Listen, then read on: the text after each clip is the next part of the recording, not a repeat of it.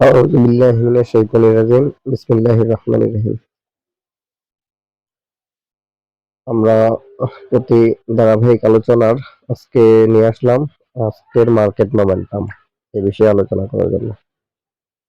তো আজকে বলতে আজকে মার্কেটের ডিরেকশন, রিজেকশন, মার্কেটের মোমেন্টাম, এটা কোন দিকে মার্কেট সিনারিও আছে ওটা আমরা একটু ফাইন্ড আউট করার চেষ্টা করবো। ওকে, তো এক্স্যাক্টলি আমরা মার্কেটের হায়ার টাইম থেকে আসলে তখন মার্কেটের টোটাল ভিউটা আমাদের হেল্প হয় ডিরেকশনটা খুঁজতে। ওকে,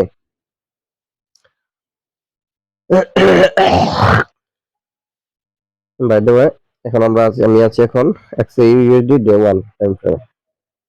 ডে ওয়ানে মার্কেটের গল্পটা কি বলে এটা আমরা প্রাইস অ্যাকশন ইউজ করে দেখি।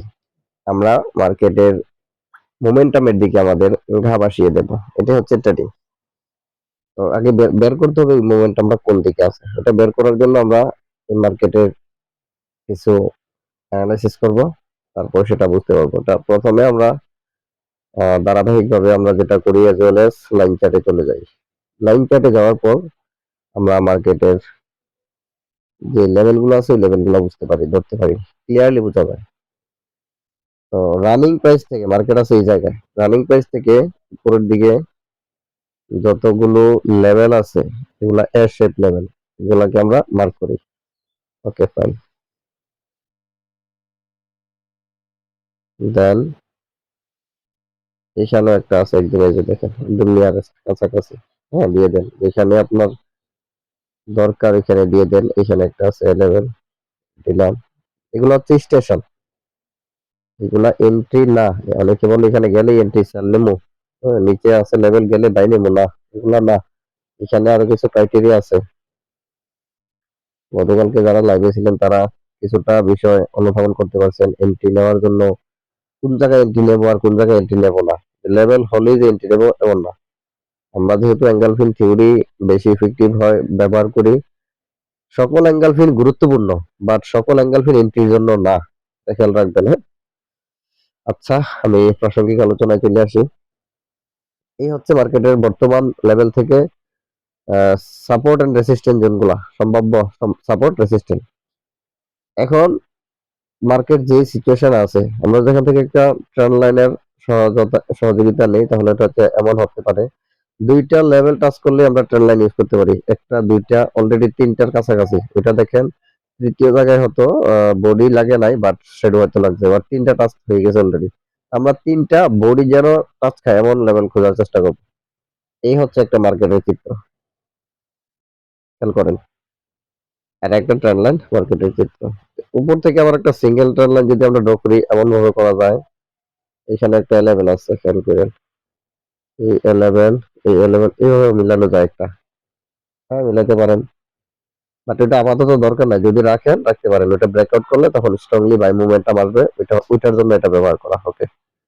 এবার আমরা মার্কেটের লাইন চার্ট থেকে ক্যান্ডেলস্টিকে চলে যাই। একটু খেয়াল করি, এটা হচ্ছে ডেইলি। এখানে হচ্ছে ক্যান্ডেলের ফার্স্ট রিজেকশন। খেয়াল করবেন, আমরা যখন নিচের থেকে উপরের দিকে ট্রেন্ড অথবা চ্যানেল ড্র করব, তখন বিয়ারিশ ক্যান্ডেলের ক্লোজিং প্রাইস গুলাকে আমরা প্রাধান্য দেব। এই যে বিয়ারিশ ক্যান্ডেলের ক্লোজিং প্রাইস, এই জায়গায় দেখা যাচ্ছে বুলিশ ক্যান্ডেল ব্রেকআউট করে ফেলছে, এমন না। বুলিশ ক্যান্ডেলটা শুরুই হয়েছে নিচে থেকে, ক্লোজ হয়েছে উপরে গিয়া। তার মানে এখানে এমন কোন ক্যান্ডেল নাই যে ক্যান্ডেলের ক্লোজিং প্রাইস এই ট্রেন্ড লাইনের নিচে আসছে, নাই। যদি এই ট্রেন্ড লাইনের নিচে কোনো ক্যান্ডেল ক্লোজিং দিয়ে দেয়, তাহলে মার্কেটের ডিরেকশন এই আপ মোমেন্টাম থেকে ডে ওয়ানে শিফট হয়ে যাবে টোটালি।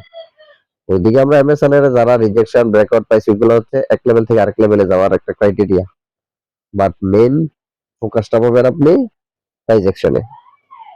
ওকে, তারপর তৃতীয়বার যেটা এই জায়গাতে এই ট্রেন্ড লাইন ব্রেক করা ট্রাই করছে চ্যানেল, বাট পারে নাই।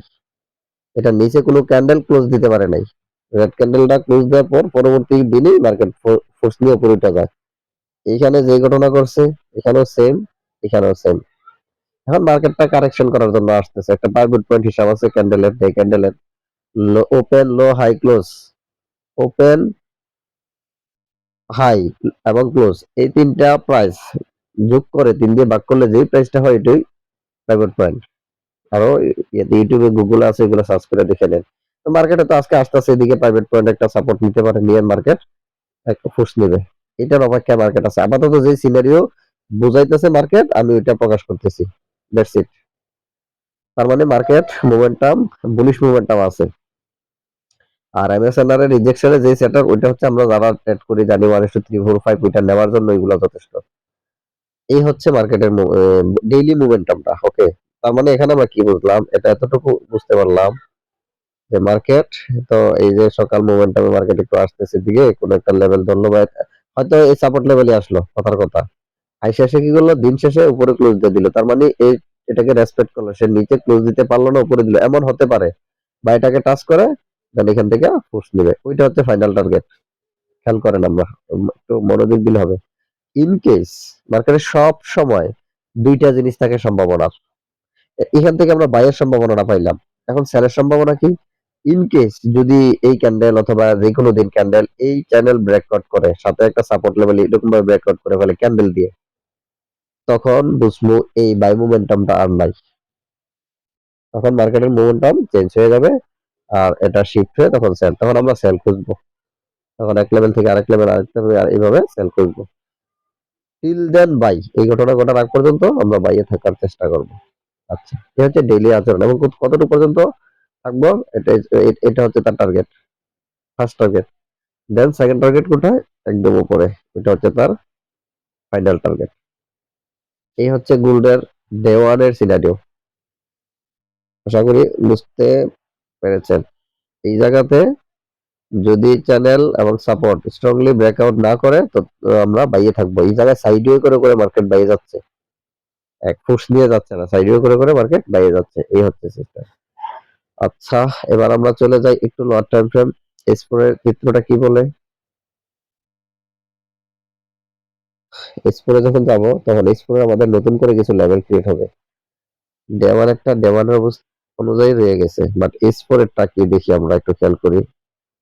S4 ও সেম, মার্কেটে ঢোকার পর প্রথম কাজই হচ্ছে এসএনআর গুলো দিয়ে দেওয়া, সাপোর্ট এন্ড রেসিস্ট্যান্স। প্রথম কাজ মার্কেটে ঢুকবেন, ঢুকে এন্ট্রি না, প্রথম কাজ হচ্ছে লাইন চার্টে যাইবেন, গিয়ে এই এসএনআর গুলো ড্র করেন, কোথায় কোথায় আছে এ লেভেল এন্ড কোথায় কোথায় আছে বি লেভেল, এগুলা।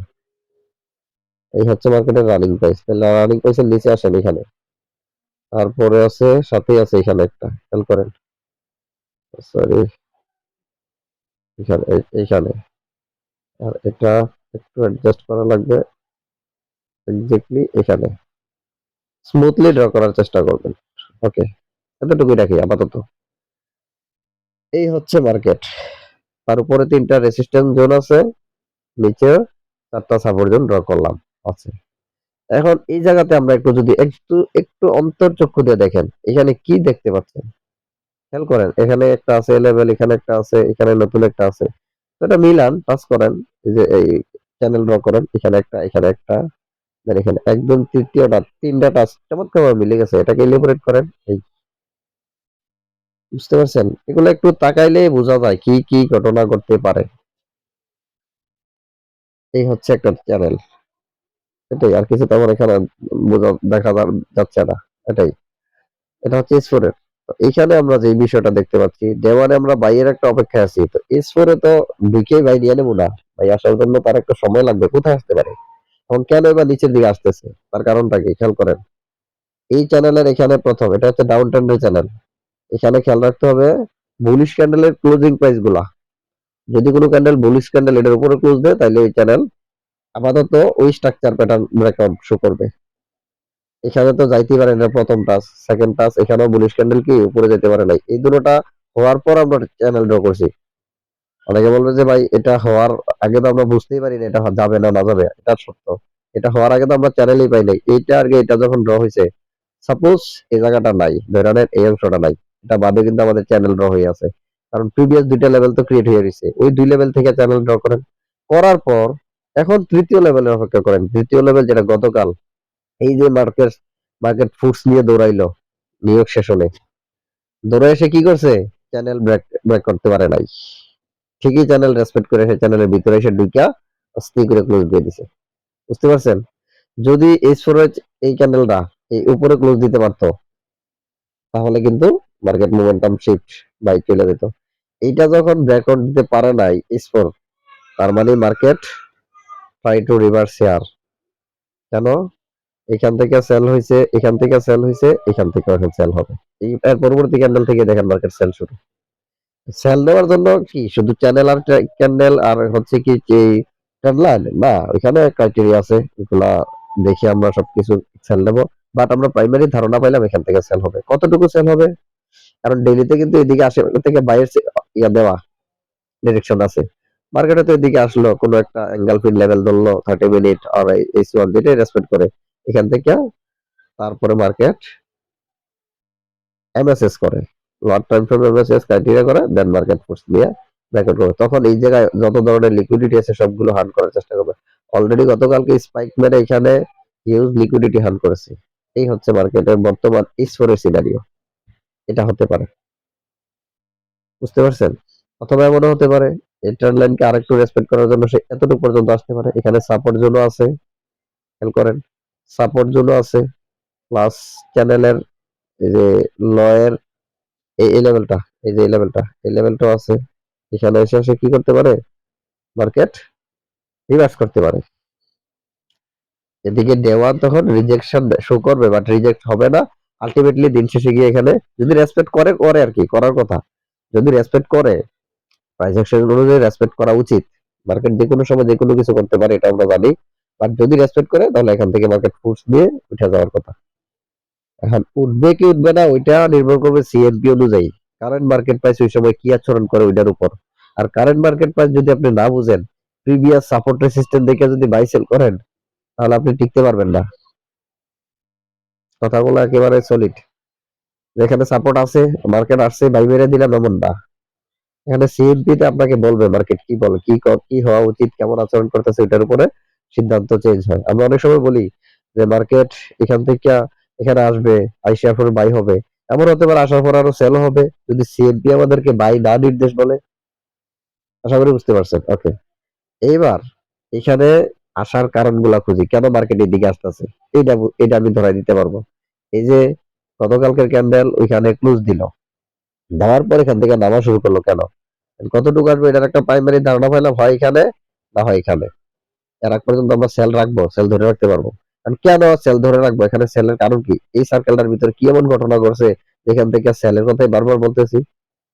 আসেন এটা আমি দেখাই, সবগুলো এখন মুছে ফেলি। মনে আছে তো? এই হচ্ছে সার্কেল। এখান থেকে কেন সেল বলতেছি বা সেল হইলো কেন? বলবেন যে মার্কেট হওয়ার পরে বলতেছি না, এখান থেকে সেল হওয়ার কারণ তো ওই যে S4 ক্যান্ডেল যখন চ্যানেলের ভিতরে ক্লোজ দিছে তখনই প্রথম সিদ্ধান্ত চলে আসছে এখান থেকে সেল হবে। এর ফরের কারণ কি?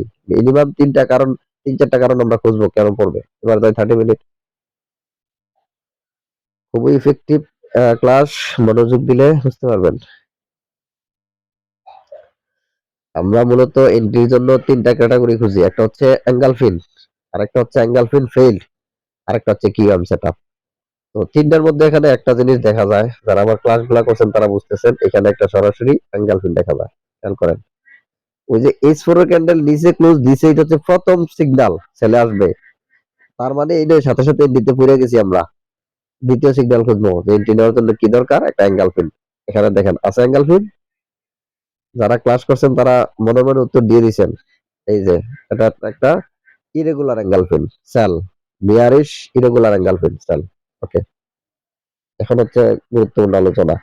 এখন এঙ্গেলফিন থেকে মার্কেট যখন বের হয়েছে, এই যে এঙ্গেলফিন করে এখান থেকে তো মার্কেট ফুস দিয়ে নামছে, এতটুকু হওয়ার পরে কিন্তু আমাদের এঙ্গেলফিন ক্রিয়েট, এই ক্যান্ডেলে অলরেডি এঙ্গেলফিন শো করছে। এখন টার্গেট কি? যে এঙ্গেলফিনে যদি মার্কেট ঢুকে আমরা এখান থেকে সেল খুঁজবো, সেল নেবো না। এবার আমাদের টার্গেট হয়ে গেছে এইখানে, এই জোনের ভিতরে কি কি আছে এটা দেখবো এখন আমরা লোয়ার টাইম ফ্রেমে গিয়ে। আচ্ছা, এখন এই জায়গাটার ভিতরে ঘটনাটা ঘটছে কি, আমরা এখন চলে যাব, যেহেতু এটা 30 মিনিটের এঙ্গেলফিন, আমাদের লোয়ার টাইম ফ্রেমের কনফার্মেশন লাগবে 5 মিনিটের। এই গেলাম 5 মিনিট। দেখেন 30 মিনিটের জোনে যখন আমরা ঢুকছি, 5 মিনিটের যদি আমরা ফিল্টারিং জোন দেখি তাহলে ওইখানে একটা আছে এঙ্গেলফিন, এখানে আছে একটা এঙ্গেলফিন, এঙ্গেলফিনের ভিতরে এঙ্গেলফিন, এঙ্গেলফিন ইনসাইড এঙ্গেলফিন। খেয়াল করেন বড়টা হচ্ছে 30 মিনিটের, আর এখন ছোটগুলো হচ্ছে কি 5 মিনিটের। এইখানে আবার একটা আছে বাই ফেল অ্যাঙ্গেল ফিট, এই যে এটা খেয়াল করেন, এটা বাই ফেল অ্যাঙ্গেল ফিট। আর তার মানে 30 মিনিটের অ্যাঙ্গেল ফিটের ভিতরে গ্যাপ লেভেল বলতে শুধু এতটুকুই গ্যাপ পাইছি, এই জায়গাটা অ্যাঙ্গেল ফিট হিট, এই জায়গাটা, আর এই জায়গাটা অ্যাঙ্গেল ফিট হিট, আর বাকি সবটাই মোটামুটি অ্যাঙ্গেল ফিট যুক্ত, একটার সাথে একটা কম্বিনেশনে মিলে আছে। এভারেজে ধরতে পারি সবটাই পুরো অ্যাঙ্গেল ফিট হয়ে রয়েছে, তাই না? আচ্ছা, এই ক্ষেত্রে করণীয় কি? আর কোনটাকে এন্ট্রি দেবো?